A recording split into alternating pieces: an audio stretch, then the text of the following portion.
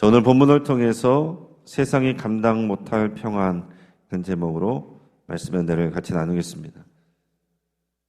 여러분, 예전에 우리 또 2002년 또 월드컵 축구 또 기억들을 해보면은 지금도 우리 방송에서 재방송을 하는 그런 때들이 있어요. 그때 당시에는 너무나 짜릿하고 긴장되고 어떻게 될지 모르니까요. 그 정말 짜릿했던 장면들 기억나지 않습니까? 그 포르투갈전에서 박지성 선수가 골을 넣었을 때, 또 이탈리아전에서 헤딩으로 안정환 선수가 넣었을 때, 그때는 정말 너무나도 짜릿했고 정말 기대하기 어려운 일들이 그때 일어났었습니다. 그래서 그 당시에는 게임할 때 너무나도 긴장이 되고 막 이제 염려도 되고 그런 마음이었어요. 그런데 지금 그 장면들을 재방송으로 보면 그런 긴장감은 없습니다. 그렇죠? 왜 그렇습니까? 이미 결과를 알기 때문이고, 더 나아가서 이긴 경기란 것을 알고 있으면은 더더욱 우리가 편안한 마음으로 볼 수 있는 거죠. 오늘 본문에서도 그렇습니다. 예수님께서는 십자가 죽음을 앞두고 있어요. 또 제자들에게 이런 것들을 말씀해 줄 때 너희들도 박해를 당할 것이지만은 이길 것이다, 이런 말씀을 주셨지만은 이길 것이다, 감당할 수 있다, 이런 말씀에 막 힘이 나는 게 아니고 제자들의 마음은 어떻겠습니까? 두렵고 또 떨리는 거죠. 그런 제자들에게 주님은 마치 그 경기의 재방송을 보는 사람처럼 편안한 말씀으로 이렇게 말씀을 하십니다. 담대하게 말씀하세요. 담대하라, 내가 세상을 이기었노라. 이미 이루어지지 않은 일이지만은 주님은 확실한 그 마음을 가지고 제자들에게 이렇게 선포를 하시는 겁니다. 우리가 살아가는 이 세상은 계속해서 흔들리고 지금 매일 뉴스들을 어떻게 우리의 이 세상이 돌아갈지 알 수가 없는 세상이에요. 평안한 가운데서도 새로운 4차 산업혁명, 다양한 이야기들이 나오면서 뭐가 어떻게 될지 모르는 또 그런 기대와 또 염려와 모든 것들이 이제 복합적으로 돌아가는 그런 세상입니다. 우리가 이런 세상 속에서 또 생각하지 못했던 여러 가지 어려움들이 오기도 하고 믿음 생활하다가 당하는 어려움들도 있습니다. 그런 속에서 우리가 어떻게 그런 승리자의 여유를 가질 수 있는지 오늘 그 말씀의 은혜를 같이 나누기를 원합니다. 어떻게 하면 우리가 이렇게 나갈 수 있을까요? 어떻게 하면 그 승리를 확신하고 담대하게 세상이 감당 못할 평안을 누릴 수 있을까요? 그것은 먼저는 하나님과 직접 소통할 수 있는 그런 특권을 우리가 받았기 때문에 그렇습니다. 25절에서 28절까지 말씀을 같이 읽습니다. 이것을 비유로 너에게 일렀거니와 때가 이르면 다시는 비유로 너에게 이르지 않고 아버지에 대한 것을 밝히 이르리라. 그날에 너희가 내 이름으로 구할 것이요 내가 너희를 위하여 아버지께 구하겠다는 말이 아니니 이는 너희가 나를 사랑하고 또 내가 하나님께로부터 온 줄 믿었으므로 아버지께서 친히 너희를 사랑하심이라. 내가 아버지에게서 나와 세상에 왔고 다시 세상을 떠나 아버지께로 가노라 하시니. 아멘. 예수님께서 제자들에게 하나님 아버지께 직접 나갈 수 있는 시대가 왔다는 것을 선포를 하고 계신 겁니다. 그날에는 너희가 내 이름으로 구할 것이다. 이것은 너희가 나를 사랑하고 또 내가 하나님께로부터 온 줄 믿었으므로 아버지께서 친히 너희를 사랑하십니다. 여러분, 이것은 굉장한 특권입니다. 예전에는 누군가를 만나기 위해서 여러 단계를 건너야 했다면 또 기술이 발전한 요즘 시대는 어떻습니까? 우리는 소중한 사람과 또 해외에 있는 우리 가족들과도 영상통화로 그냥 얼굴을 마주보면서 직접 대화할 수 있는 그런 시대가 됐습니다. 얼마나 좋은 세상이에요. 여러분, 외국에 있는 우리 가족들을 만나기 위해서 또 누구에게 부탁하고 또 누군가를 통하고 누구에게 허락을 받고 그런 단계를 통해서 한다면은 얼마나 어려운 일일 텐데, 그러나 이제는 그냥 우리가 쉽게 손에 있는 핸드폰을 들고서 바로 영상통화를 할 수 있는 것. 놀라운 시대이고 놀라운 특권을 갖고 있는 것입니다. 우리는 예수님의 이름으로 여러분들이 하나님께 직접 우리가 구할 수 있는 그런 특권의 시대에 살고 있어요. 우리가 잘못한 것도 회개하는 기도도 예수님의 이름으로 여러분 직접 기도하시면 됩니다. 그러나 가톨릭에서는 어떻게 해요? 사제를 통해서 해야 돼요. 우리는 예배라고 해서 여러분들이 직접 하나님 앞에 예배하는 사람이고 또 앞에 서 있는 목회자는 그것을 인도하는 사람이에요. 그러나 가톨릭에서는 여전히 사제라고 표현합니다. 그러니까 중개하는 사람인 거예요. 우리가 회개를 하려고 해도 가톨릭에서는 사제에게 고백을 합니다. 그러니까 사제의 도움을 통해서 중개를 통해서 하나님께 나간다는 거예요. 그런데 예수님께서는 제자들에게 이렇게 말씀하신 거예요. 하나님 앞에 예수의 이름으로 나갈 수 있다. 하나님께서 친히 너희를 사랑하신다. 이 예수님을 믿는 자에게는 하나님께서 너희를 친히 사랑하여 주신다. 직접 하나님을 만날 수 있다. 이렇게 말씀하시는 새로운 시대를 선포해 주시는 겁니다. 우리가 이 환란의 시대에 또 어지러운 시대에 평안할 수 있는 이유는 바로 이것입니다. 나 같은 사람이 감히 어떻게 말씀도 잘 모르는데 그런 생각이 필요 없다는 거예요. 우리에게는 예수 그리스도의 이름이 있기 때문에 그 이름의 권세가 이렇게 대단한 것입니다. 예수의 이름으로 예수님의 이름을 의지하여 그 믿는 믿음을 가지고 하나님 아버지께 직접 나갈 수 있다는 거예요. 여러분 시청에 가서 여러분 시장님을 그냥 들어가서 만날 수 있습니까? 대통령실에 가서 대통령실로 바로 그냥 들어갈 수 있겠어요? 몇 단계를 거쳐서 확인을 하지 않겠습니까? 이 땅에 서 있는 여러분 리더들도 지도자들도 우리가 만나기 어려운데 왕 중에 왕 되신 하나님, 모든 신 중에 신 되신 하나님, 그 창조주 하나님을 아버지라 부르며 예수 그리스도의 이름으로 하나님 앞에 직접 나갈 수 있다. 하나님이 우리를 그리스도 안에서 친히 사랑하여 주신다. 오늘 이렇게 말씀하고 있는 것, 이것이 이 세상 가운데서 세상이 감당 못할 평안을 누릴 수 있는 첫 번째 이유가 되는 것입니다. 또 하나는 우리는 여전히 연약하지만 주님께서 우리와 동행해 주신다고 약속을 해 주시기 때문에 그래요. 29절에서 32절까지 말씀을 같이 읽습니다.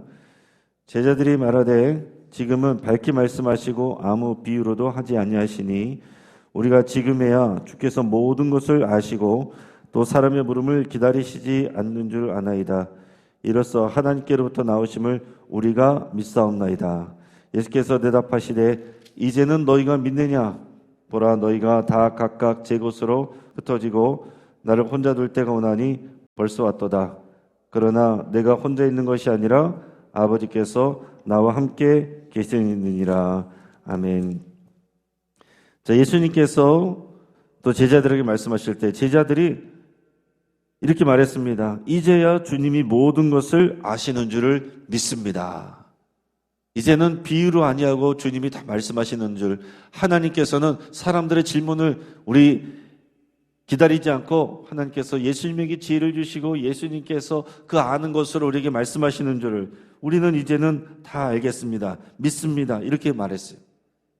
이제 너희가 믿느냐?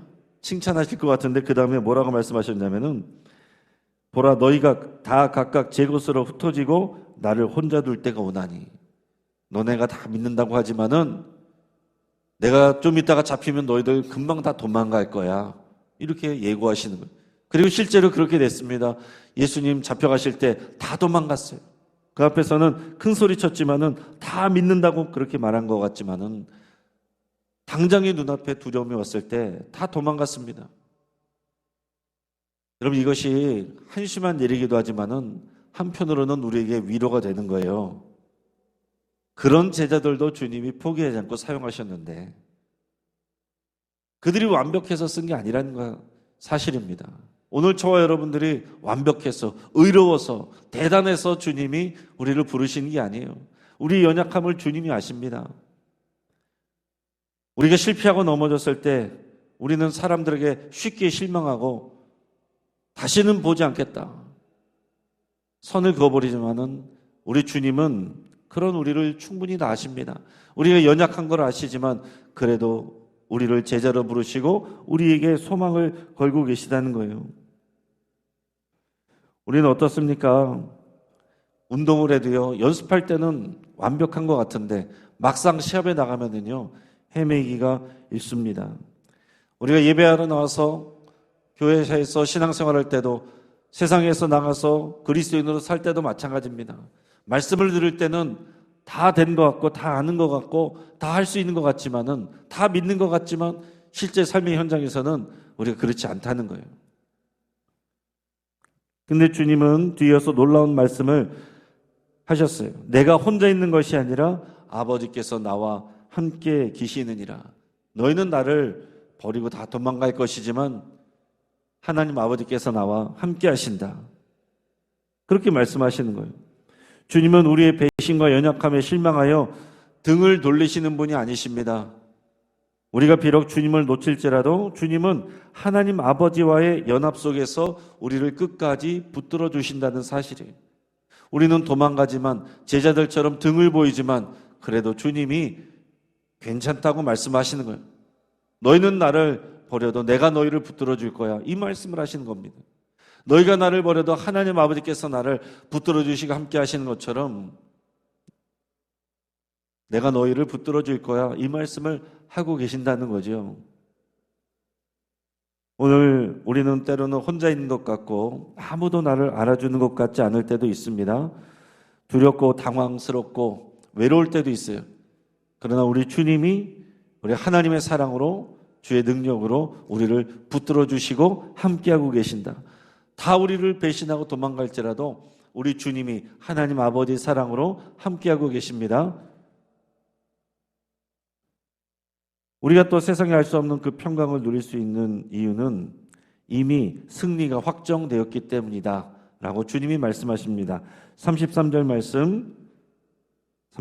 말씀을 우리가 읽겠습니다. 시작. 이것을 너희에게 이르는 것은 너희로 내 안에서 평안을 누리게 하려 함이라. 세상에서는 너희가 환난을 당하나 담대하라. 내가 세상을 이기었노라. 아멘. 여러분, 이 말씀이 오늘 본문의 결론이고요, 또 요한복음 전체를 관통하는 승리의 선포인 것입니다. 여러분, 이 33절 말씀을 여러분 성경책에 있으면 표시를 해놓으시고 여러분 이 말씀을 자주 묵상하시길 바랍니다. 너희가 환난을 당하나 담대하라. 내가 세상을 이기었노라. 예수님의 이 승리의 선포가 여러 가지 예측할 수 없는 흔들리는 이 세상 속에서 평안할 수 있는 확실한 이유가 된다라는 사실입니다. 예수님께서 내가 세상을 이기었노라, 내가 이길 거야 라고 말씀하시는 게 아니에요. 이기었노라고 이미 과거형으로 말씀하시는 겁니다. 지금 예수님은 어때요? 앞에 십자가가 기다리고 있습니다. 고난이 기다리고 있습니다. 예수님 겟세마네 동산에서 예수님도 땀이 핏방울처럼 그렇게 흐르기까지 간절하게 기도하십니다. 예수님도 두려운 마음이 있었고 피하고 싶은 마음이 있었어요. 그러나 예수님은 아시고 선포를 하는 거예요. 세상을 이기었노라. 여러분, 이것은 주님의 승리의 선포인데 감정은 안 따를 수도 있다는 거예요. 우리는 여전히 두렵고 염려가 되지만은 그래도 우리 주님이 세상을 이기었다, 이것을 우리는 믿음으로 선포할 수 있다는 사실입니다. 말로는 우리가 그렇게 한다 우리는 여전히 두렵고 떨릴 수도 있어요. 아, 내 믿음이 가짜인가? 그런 생각이 들 수도 있지만은 괜찮다라는 사실이에요. 우리 주님도 겟세마네 동산에서 긴장되고 떨리고 두렵지만 이미 믿음으로 세상을 이기었노라, 하나님의 약속을 알고 담대하게 선포를 하신다는 거예요. 마치 우리 월드컵 경기 재방송을 볼 때 전혀 떨리지 않는 것처럼, 담대하게 볼 수 있는 것처럼 예수님께서 그렇게 선포하고 계신다라는 사실입니다. 결과를 알면 우리가 두려움을 이길 수가 있죠. 담대할 수가 있죠. 이길 수 있을까? 지지 않을까? 그럴 때 우리는 염려가 되고 두렵지만은 결국에는 주님께서 우리에게 승리를 주신다. 이게 우리가 담대할 수 있고 평안할 수 있는 그런 분명한 이유가 됩니다. 그리고 예수님은 이 말씀을 하시고 십자가에서 예수님이 하실 일을 완전히 다 이루셨어요. 테텔레스타이, 다 이루었노라. 그 선포가 있었기 때문에 오늘 우리는요 담대할 수가 있는 것입니다.